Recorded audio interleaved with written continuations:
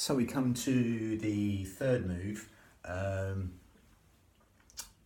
again called opening the bow to shoot the golden eagle, or drawing the bow to let the arrow fly, or somewhere about that. Again, they're mixed. There's many different qigong forms. Obviously this is a qigong move, but a great move it is. So we're mixing it with a different type of breathing rather than traditional breathing to the belly like a balloon. Nothing wrong with that. I've done that on the other videos. But we're going to bring in more the Pilates setup with that, and also the yogic responses and hypnotic responses all in one. Again, many different types of breath. And again, it's just motion. Don't get too caught up in it. So with that, we're going to go straight in with this one. Obviously, within the traditional form, this benefits, as with all the qigong sequences, benefits specific meridians, organs, etc. This is generally helping the liver, the lungs. Any opening out the chest one will benefit all the organs in the chest, heart, lungs, pericardium anyway. But again, it will benefit every single organ, cell, sinew of the body, because you're breathing, and that breath will affect every atom of the body. So I digress. So we're going to go straight into the breathing. You can forget all that. It's just motion. And again, we're going to zip up pelvic floor, scoop out the abdominals, take the navel towards the spine. Okay, and that's going to throw on our corset muscle, our powerhouse, our girdler strength, 3 layers deep, which will segmentally stabilise in the spine. As with all Pilates, you will be using that muscle, the transverse abdominis, the 3rd layer deep. Okay, so as you do that now, you'll feel that. Again, you can't do one without the other. Okay, pelvic floor will go, the corset will go with it. They link on like cling film. Vice versa, you tuck the belly button in, you're from the pelvic floor. So again, I'm just going for it segmentally. Zip up pelvic floor, scoop out the abdominals. And you'll feel that naturally help you breathe into these lower lobes of lungs, intercostals, the ribs, anywhere but the stomach. Okay.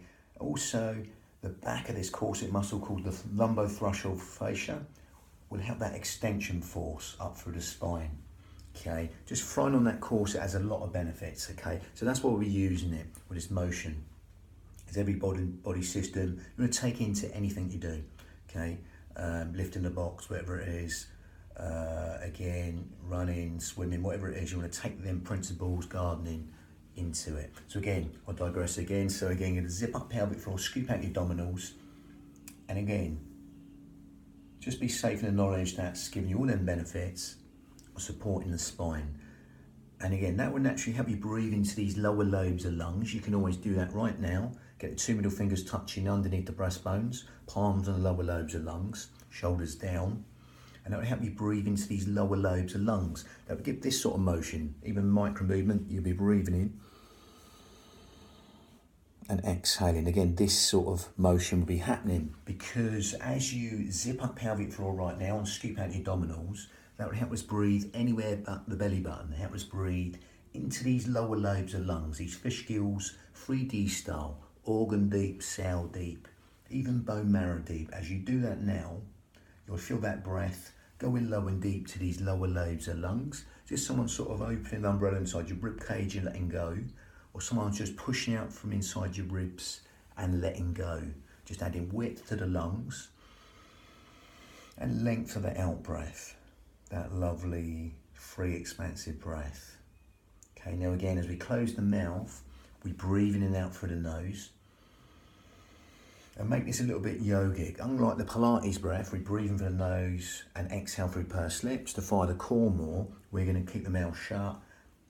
Still zip up pelvic floor, scoop out your abdominals, because that breath will come in low and deep to these lower lobes of lungs and help us use the pelvic floor and the corset muscle, the transverse abdominis, the lumbothrusal fascia, in the most efficient manner. They're helping us breathe anywhere but the belly button.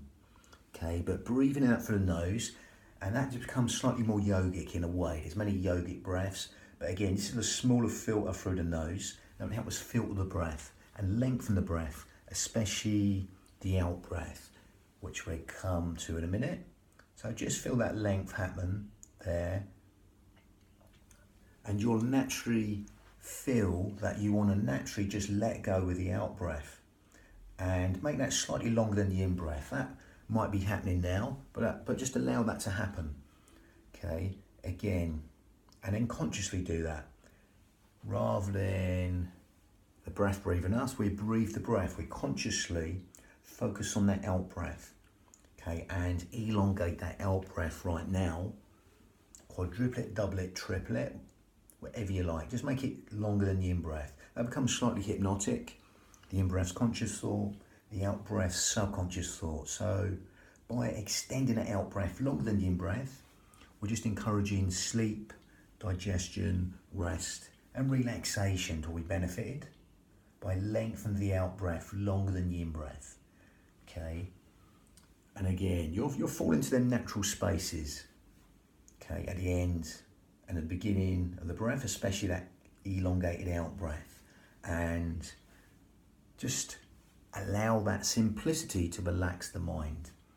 Okay, so again, when we link that to motion, that'd be fine. If you want to take it on to make it slightly more advanced ujjayi breath, then we can do that. If you can't get this, don't worry, just carry on breathing as we're talking. So again, zip up pelvic floor, scoop out your abdominals, and just keep breathing it out through the nose. Now, if you're going to make this ujjayi breath, we grip at the esophagus, narrow the esophagus, and make a sort of soft, sweet, sighing, silky breath. So the only way to demonstrate, we're going to breathe in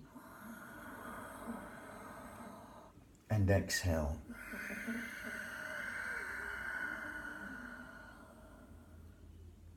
Again, that's like ujjayi breath. Okay, again, Ashtanga Yoga uses something similar, but again, I won't go too much detail there.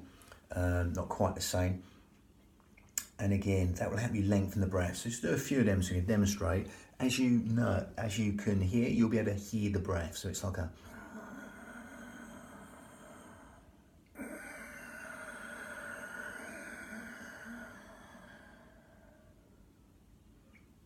Again, that soft, silky, whistling breath that you can hear will give the mind something to focus on within the form.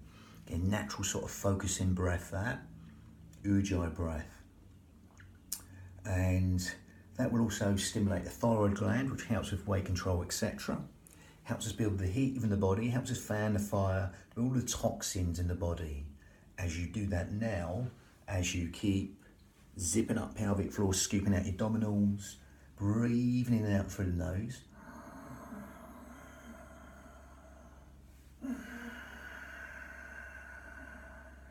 You'll feel even more length, especially that lovely elongated out breath, okay, which is longer than the in breath, okay. So again, that will really help us in a yogic way get into these postures even easier.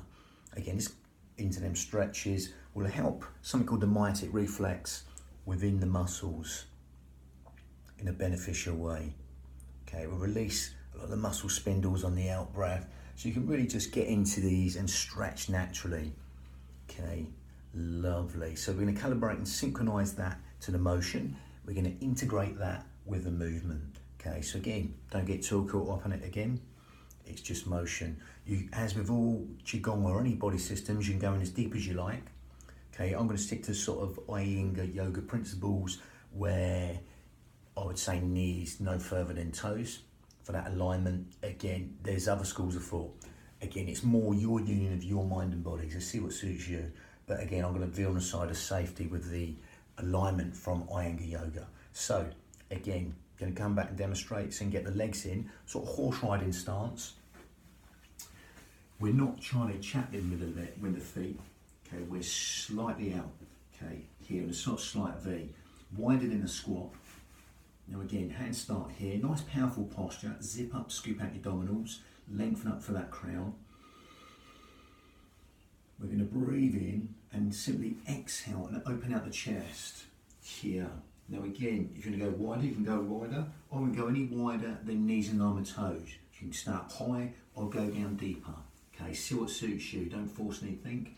Exhale, open out that chest, and it's up.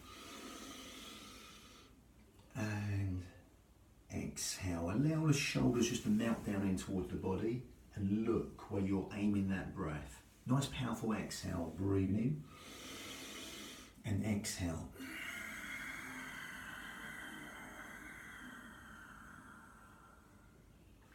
As you see, I got down there a bit earlier than the out breath, so I just carried on with the out breath and stayed a bit static. If you can time it. If you can't, don't worry. You're breathing in and you're exhaling. Make this bit longer.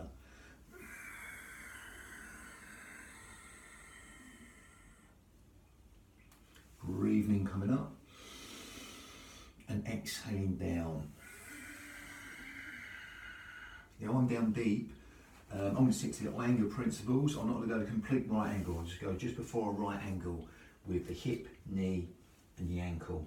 Okay, basically my ankle's in line with knee, knees in line with hip, but not quite. Okay, again, optional. Again, you don't have to go in that deep. Exhale, open out the chest. Or you can come down knee in line with hip in a perfect right angle, knee in line with ankle. See what suits you, okay? But otherwise, stay up higher, breathing in, exhale. Just be here. Look where you're aiming. So you're firing that exhale through the wall. So it's a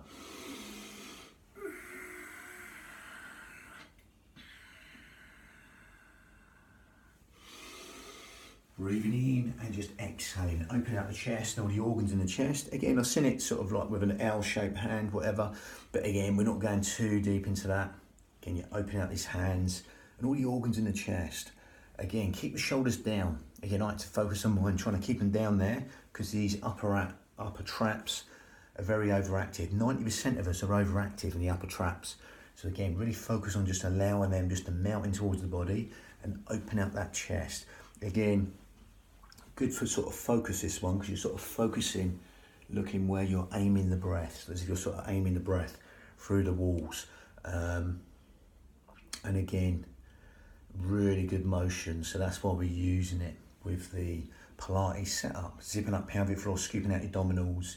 Using that alignment. If you want to go deeper, just sort of like right angle, knee in line with hip and knee in line with ankle. You can do if you know you're right. Wouldn't let the knee go past the toes. If you want to go a bit less than a right angle or stay up higher, see what suits you. Again, you might just want to do the arm bit if you've got any problems, injuries, etc. These are made for a lot of people, you know, even if you've got severe injuries, you can adapt it. Just make them smaller motions.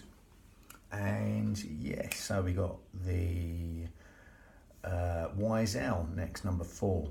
But that was number 3. Bang.